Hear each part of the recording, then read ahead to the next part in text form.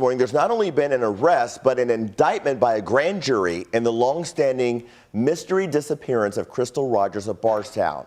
This has been one of the most high-profile investigations in the state for the last several years. Right. Crystal disappeared 8 years ago, and since then, her family and multiple law enforcement agencies, including the FBI, have worked endlessly to find answers. This morning, we now know a man named Joseph Lawson has been indicted by a grand jury on charges of conspiracy to commit murder and tampering with physical evidence. Jim is live in Bardstown this morning, learning more about the person charged in this case. Jim, what can you tell us at this time? Well, Haley and Eric, at this time, the biggest news is that indictment has finally been made. It's something that I think some people here in Bardstown and really across the country thought may never actually come, given how long this investigation has played out. We know the FBI have been involved for years at this point, and now Joseph Lawson is the man they say who they have charged with conspiracy to commit murder and also tampering with physical evidence. We know from his attorney, Kevin Coleman, that Lawson has been tied to this Crystal Rogers case. Now, this is a little bit of a complicated situation, so let me walk you through it.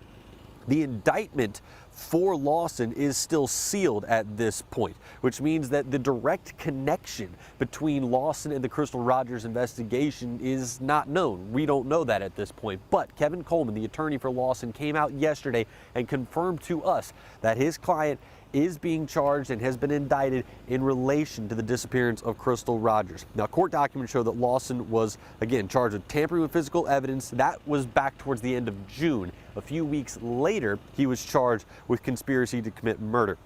Now, Lawson is currently in the custody of Kentucky State Police, and we have been told that this will be a federal case. Now, we have learned that Lawson does have a criminal past. He has been charged with criminal mischief 3 times, criminal trespassing, burglary, and even being a persistent felony offender.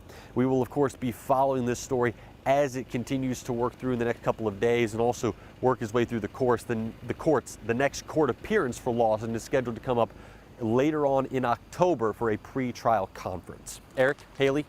All right, Jim, lots of information there. Thank you for that. Now, the sheriff's office initially handled Crystal's case beginning on July 3rd, 2015. That is when Crystal was last seen alive. Her boyfriend, Brooks Houck, told police they fed cows at his family's farm, then went home together. He says the next morning she was gone. After months of searching, on October 16, 2015, Ed Mattingly, who was the sheriff at the time in Nelson County, announced Crystal was presumed dead and declared Brooks as the main suspect. 18 months later, November 19, 2016, Crystal's father, Tommy Ballard, was out hunting when someone shot and killed him. That case is being investigated by Kentucky State Police, and we'll have more on that one in just a minute. There would be no new developments until the FBI took over Crystal's case in August of 2020. That's also when they searched several properties, including the home of Brooks's brother, former Bardstown police officer Nick Houck.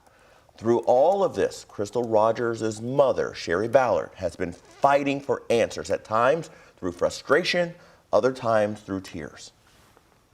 It's just getting to be a lot on everyone, and I see the emotions it has on my daughter's kids. I feel like she was just here yesterday, but at the same time, I feel like I haven't seen her in a long time.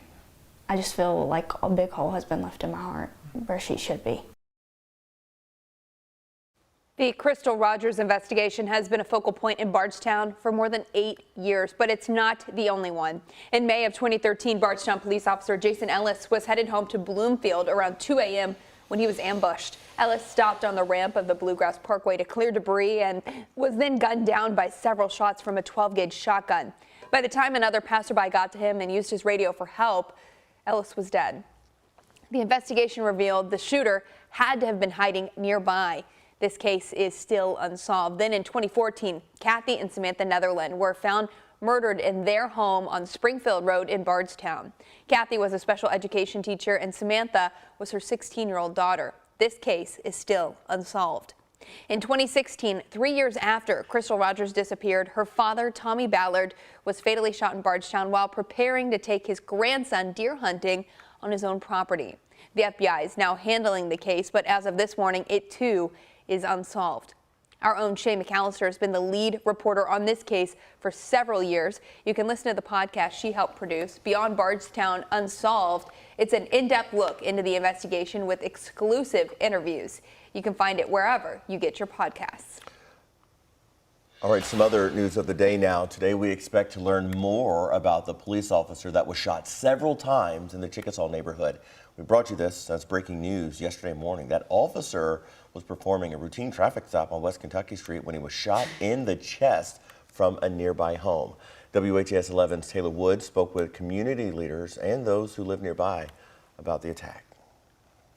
The investigation at 40th and Kentucky wrapped up late after dozens of officers stayed on the scene since 2:30 in the morning. Metro Police say an officer on the force just a year and a half was working a traffic stop when someone in a nearby house shot him several times. Community leaders are outraged over the attack. When are we going to stop with these guns issues? And then you have the audacity to shoot a police officer, okay? And we always say defund the policeman, but who do we need when we're in trouble? But the policeman, okay? The officer was shot in the chest and is now recovering at the hospital. Around 8:30 a.m., at least 2 people were in handcuffs as police questioned several people of interest. At 2 p.m., officers went inside the home where the shots were fired out. Police left with bags of evidence, and neighbors are worn out with the plague of crime in the area. Now, as of the time being, like as the last 2 years, it ain't got worse because everybody's moving in and out. And like I said, this neighborhood is getting dangerous. Community leaders and nearby residents are questioning why someone would shoot an officer. But the good ones, let's support them because they're here. If I'm in trouble, I want a policeman. Do not defund the police. I need their help and their support. They say it's time to support the turnaround of Metro Police. In Louisville, Taylor Woods, WHAS 11 on your side. In addition to the information the LMPD plans to release today, Chief Jacqueline Gwen Villarroel says we can expect body camera footage of that shooting to be available in the next 9 days. This morning, we're learning more about the hit and run that seriously injured a crossing guard outside Wellington Elementary in southwest Louisville. An arrest citation shows the guard was hit by a semi-truck. In the citation, officers say Delane Rowe ran the stoplight at Cane Run Road and Bridwell Drive, running over the school crossing guard who had her stop sign up towards the semi-truck.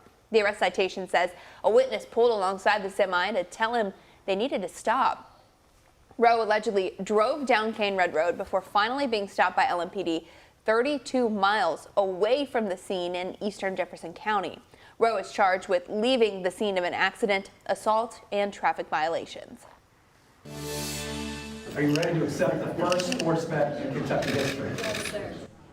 And with that historic first bet from Kentucky's Governor Andy Beshear, sports betting is now legal in the Commonwealth of Kentucky. He placed his wager at Churchill Downs, his new race sports book, betting on UK and U of L, of course. Churchill Downs is one of 9 facilities operating already, with more to come. Governor Beshear didn't just visit Churchill Downs. He also went to Red Mile Gaming and Racing in Lexington to help open the new Caesars Sportsbook. This location is in partnership with Keeneland. The first sports bets were placed starting at 10 Thursday morning. Right now, only in-person betting is available, but mobile betting is set to launch September 28th.